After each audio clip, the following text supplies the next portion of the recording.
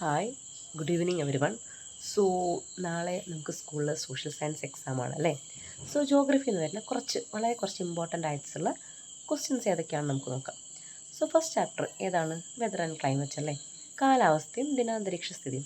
ഈ ചാപ്റ്ററിൽ നിന്ന് നിങ്ങൾ പ്രധാനമായും അറിഞ്ഞിരിക്കേണ്ട ഒരു കാര്യമാണ് എലമെൻറ്റ്സ് ഓഫ് വെതർ എന്ന് പറയുന്നത്.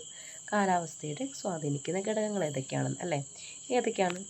ടെമ്പറേച്ചർ, പ്രഷർ, ഹ്യൂമിഡിറ്റി, അതുപോലെ തന്നെ ഏതൊക്കെയാണ്? പ്രസിപ്പിറ്റേഷൻ. ഇത്തരം ഫാക്ടേഴ്സൊക്കെയാണ് പ്രധാനമായിട്ടും നമ്മുടെ എലമെൻറ്റ്സ് ഓഫ് വെതർ എന്ന് പറയുന്നത്. അതുപോലെ തന്നെ ഏതൊക്കെ ഫാക്ടേഴ്സാണ് ടെമ്പറേച്ചർ ഇൻഫ്ലുവൻസ് ചെയ്യുന്ന ഫാക്ടേഴ്സ് ഏതൊക്കെയാണെന്ന് ചോദിച്ചാൽ നമ്മൾ ഏതൊക്കെ പറയാം? അതെ, ആൾട്ടിറ്റ്യൂഡ്, പിന്നെ ഏതൊക്കെയാണ്?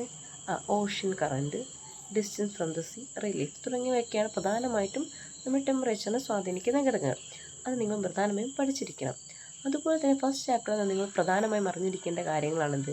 ഗ്ലോബൽ പ്രഷർ ബെൽറ്റ് എന്നുള്ളത്, ആഗോളമർദ്ദ മേഖലകൾ. ഏതെല്ലാമാണ് ആഗോളമർദ്ദ മേഖലകൾ എന്നുള്ള കാര്യങ്ങൾ നിങ്ങൾ കൃത്യമായി പഠിച്ചു വെച്ചിട്ട് വേണം എക്സാമിന് പോകാൻ. പിന്നെ ലാസ്റ്റ് ഭാഗത്തേക്ക് വരുമ്പോൾ നമ്മൾ ലാൻഡ് ബ്രീസ്, സീ ബ്രീസ് പറയുന്നുണ്ടല്ലേ. അത് നിർബന്ധമായി നിങ്ങൾ അറിഞ്ഞിരിക്കണം. എപ്പോഴൊക്കെയാണ് ലാൻഡ് ബ്രീസ് സംഭവിക്കുന്നത്, സീ ബ്രീസ് എപ്പോഴാണ്, കടൽക്കാറ്റും കരക്കാറ്റും തമ്മിലുള്ള വ്യത്യാസങ്ങളെല്ലാം നിങ്ങൾ നിർബന്ധമായും പഠിച്ചു വെക്കണം.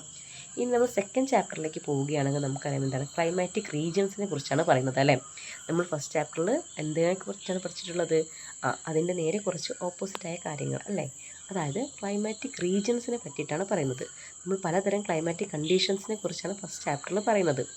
ഓരോ ക്ലൈമാറ്റിക് റീജിയൻസിലും, അതായത് നമ്മുടെ എർത്തിലുള്ള ഓരോ റീജിയൻസിലും എങ്ങനെയൊക്കെയാണ് ക്ലൈമറ്റ് ഇൻഫ്ലുവൻസ് ചെയ്യുന്നത്, അല്ലെങ്കിൽ എത്ര തരം ക്ലൈമറ്റുകൾ ഉണ്ടെന്ന് നമ്മൾ പഠിച്ചു.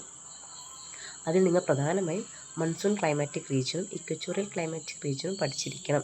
അവിടെ എവിടെയാണ് ഏറ്റവും കൂടുതൽ ആളുകൾ ജീവിച്ചിരിക്കുന്നത്, അല്ലെങ്കിൽ എവിടെയാണ് ഏറ്റവും കൂടുതൽ ആളുകൾ ഹാബിറ്റേറ്റ് ചെയ്യുന്നത് എന്ന് നിങ്ങൾ അറിഞ്ഞിരിക്കണം. ഇനി നമ്മൾ എന്താണ് അതിൽ ഏറ്റവും കൂടുതലായി വരുന്ന ക്വസ്റ്റ്യൻ ആണെന്ത്? ഇക്വറ്റോറിയൽ ക്ലൈമാറ്റിക് റീജിയനിലായാലും ഏറ്റവും കൂടുതൽ മഴ ലഭിക്കുന്നത്.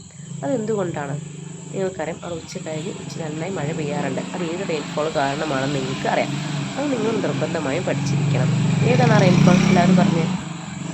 അതെ, സംവഹന മഴയാണല്ലേ. എന്തുകൊണ്ടാണ് അവിടെ സംവഹന മഴ കിട്ടാൻ കാരണം? നിങ്ങൾക്കറിയാം, ഇക്വറ്റോർ എന്ന് പറഞ്ഞാൽ ഏറ്റവും കൂടുതൽ സൺറൈസ് കിട്ടുന്ന ഒരു സ്ഥലമാണ്.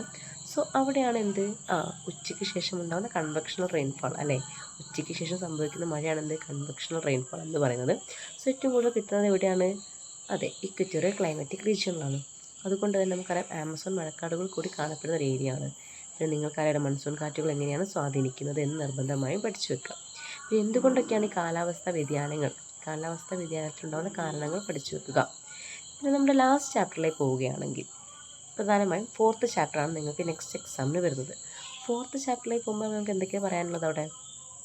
അതെ, എക്സ്പ്ലോയിറ്റേഷൻ അല്ലേ, കൺസ്യൂമർ എക്സ്പ്ലോയിറ്റേഷനെ കുറിച്ചും കൺസ്യൂമർ പ്രൊട്ടക്ഷൻ റൈറ്റുകളെ കുറിച്ചൊക്കെയാണ് പ്രധാനമായിട്ടും ആ ചാപ്റ്ററിൽ പറയുന്നത്.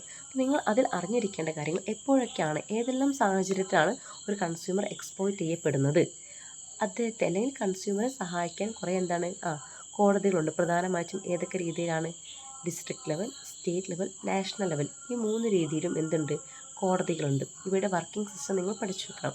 നമുക്കൊരു പ്രശ്നം ഉണ്ടായിക്കഴിഞ്ഞാൽ, നമുക്ക് എന്തൊരു കൺസ്യൂമർ ഡിസ്പ്യൂട്ട്സ് വന്നു കഴിഞ്ഞാൽ നമ്മൾ എവിടെ പോയിട്ട് കേസ് കൊടുക്കണം, ഏത് രീതിയിൽ കേസ് കൊടുക്കണം, ഇതിനൊക്കെ വേണ്ടിയാണ് നമ്മൾ ഈ ചാപ്റ്റർ മനസ്സിലാക്കേണ്ടത്. നിങ്ങൾ സാധനങ്ങൾ വാങ്ങിക്കുന്നവരാണ് അല്ലേ. അപ്പോൾ നിങ്ങൾ ഒരു സാധനം വാങ്ങി നിങ്ങൾ പറ്റിക്കപ്പെട്ടാൽ നിങ്ങൾ എവിടെ പോയി കംപ്ലയിൻറ്റ് ചെയ്യണം, ഏത് രീതിയിൽ കംപ്ലയിൻറ്റ് ചെയ്യണം. അതുപോലെ നിങ്ങൾ കൺസ്യൂമർ എഡ്യൂക്കേഷൻ കിട്ടുക എന്നുള്ളതാണ് ഈ ചാപ്റ്ററിലൂടെ സർക്കാർ ഉദ്ദേശിക്കുന്നത്. അപ്പോൾ നിങ്ങളെങ്ങനെ ഇത്തരം സാഹചര്യങ്ങൾ കൈകാര്യം ചെയ്യും എന്ന് നിങ്ങൾ അറിഞ്ഞിരിക്കണം. പിന്നെ ഇപ്പോഴത്തെ ഒരു ക്വസ്റ്റ്യൻ രീതിയിലെ പാറ്റേൺ നിങ്ങൾക്കറിയാലോ. പ്രധാനമായിട്ടും നിങ്ങളുടെ ഒരു ഇൻ്റലക്ച്വൽ ലെവൽ എക്സാമിൻ ചെയ്യാനാണ് ശ്രമിക്കുന്നത്. നിങ്ങൾ പഠിച്ചത് മാത്രമല്ലാതെ അതെങ്ങനെ എത്ര രീതി നിങ്ങളുടെ ലൈഫിൽ ഉപയോഗപ്പെടുത്തുന്നു, അത് ഏതെല്ലാം രീതി നിങ്ങൾക്കറിയാം എന്നുള്ളത് കൂടിയാണ് ഇപ്പോൾ ചെയ്യുന്നത്, നമ്മൾ ഇവാലുവേറ്റ് ചെയ്യുന്നത്. സോ ആ ഒരു രീതിയിൽ പഠിച്ചു വെക്കുക, നന്നായി പഠിച്ചു വെക്കുക. Okay, thank you.